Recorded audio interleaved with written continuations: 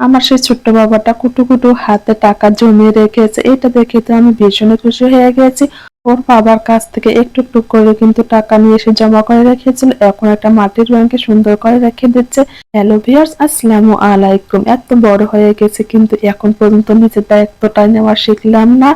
কালকে আমি মাছ দিয়ে ভাত খেয়েছি, ভাত খাওয়ার সময় কিন্তু আমার দাঁতে একটু করে কাঁটায় আটকে গেছে। এটা যে এত পরিমাণে যন্ত্রণা সেটা বুঝতে পারছি না, সেই জন্য কিন্তু সন্ধ্যার পর আমরা তিনজনে বের হয়ে গেছিলাম। এখন যাব ডক্টরের কাছে, কেননা এই ধরনের ঔষধ কিন্তু হোমিও ডক্টরে অনেক বেশি কাজ করে, সেই জন্য কিন্তু আমরা হোমিও ডক্টরের কাছে এসেছি।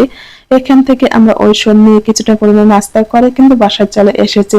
এরপর কিন্তু আবারও সেই সংসার জীবনে ফিরে আসলাম। সংসার জীবন বলতে আমাদের প্রতিদিনের কাজকর্ম নিয়েই তো মেয়েদের জীবন।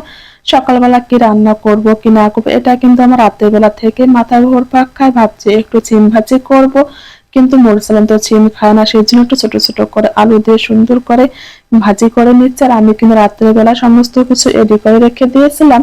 আর এদিকে তো আপনাদের ভাইয়া বলছে ও নাকি আলু সিদ্ধ খাবে। আমাদের এলাকায় কিন্তু এইভাবে আলু সিদ্ধ করে সমস্ত কিছু একসঙ্গে দিয়েই একটা আলু সিদ্ধ করা হয়। এটা খেতে না এত বেশি মজা লাগে যেটা বলার মতো না।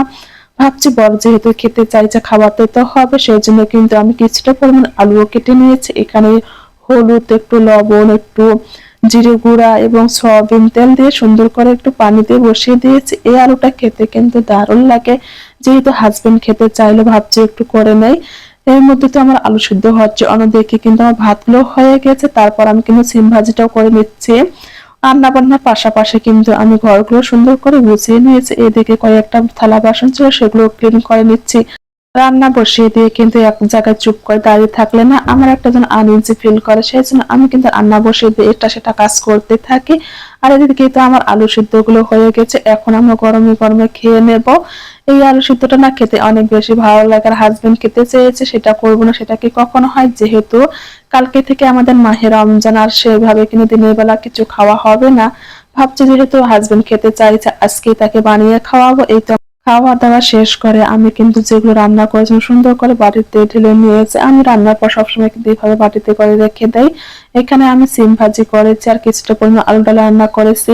এখন তো রান্না বান্নার কাজ শেষ, বাসায় তো আরো অনেক কিছু কাজ থাকে, যেহেতু এখন অনেকটাই গরম পড়ে গেছে। ভাবছি একটু একটু করে ল্যাপ কম্বল গুলো উঠিয়ে রাখবো। এই তো মোরসার নিচে ছোট্ট কিউট ল্যাপটা, এটা তো এখন আর লাগছে না, ভাবছি একটু রোদে দিয়ে দেবো, তাহলে অনেকটা পরিমাণে গরম হয়ে যাবে। এরপর কিন্তু তুলে রেখে দেবো।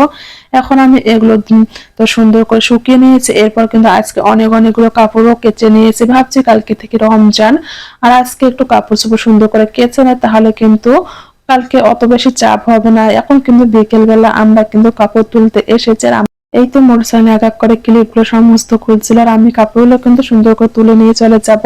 আর আমরা কিন্তু প্রতিদিনই বিকেল বেলা মাঠে আগে যেতাম, কিন্তু এখন আর সেভাবে যাওয়া হয় না, কেননা মোটরসাইকেল কিন্তু এখন অনেকটা পড়াশোনার চাপ বেড়ে গেছে। আর এখন কিন্তু স্কুল বন্ধ হয়ে গেছে, ভাবছি নিয়ে যাব, কিন্তু যাব করে আজকে আর যাওয়া হলো না। এই তো মাঠে কত বাচ্চা কাচ্চা খেলাধুলা করছে, আর আমাদের সামনে যে মসজিদটা সেটারও কিন্তু কাজ চলছিল, আমরা কিন্তু দাঁড়িয়ে দাঁড়িয়ে দেখছিলাম। আর এদিকে সন্ধ্যাবেলা তো আমার ছেলে সেই সঞ্চয় করা শুরু করে দিয়েছে। ও কিন্তু ওর বাবার কাছ থেকে একটু একটু করে টাকা নিয়ে নিয়ে এই লাল বক্সটা জমা করেছিল। যখন টাকাগুলো অনেকগুলো হয়ে গেছে আমি কিন্তু ওকে একটা মাটির ব্যাংক এনে দিয়েছি। বলছিলাম বাবা তুমি এখানে টাকা রেখে দিবে, এই তো সমস্ত টাকা সে কিন্তু মাটির ব্যাংকে রেখে দিচ্ছে। এটা দেখে না আমার কাছে এত বেশি ভালো লেগেছে, যেটা বলার মতো না। বাচ্চা কাচ্চা বা বড় যাই হোক না কেন টাকার গুরুত্বটা বুঝতে হবে, কেন টাকায় কিন্তু আমাদের জীবনের সব। আর আমি মনে করি ছোট মানুষ হোক বড় মানুষ হোক সবাইকে কিন্তু সঞ্চয়টা করতে হয়। আর আমার এই ছোট্ট বাবাটা যে এত বড় হয়ে গিয়েছে সেটা তো আমি বুঝতেই পারিনি। সবাই বাবাটার জন্য দোয়া করবেন। আল্লাহ হাফেজ।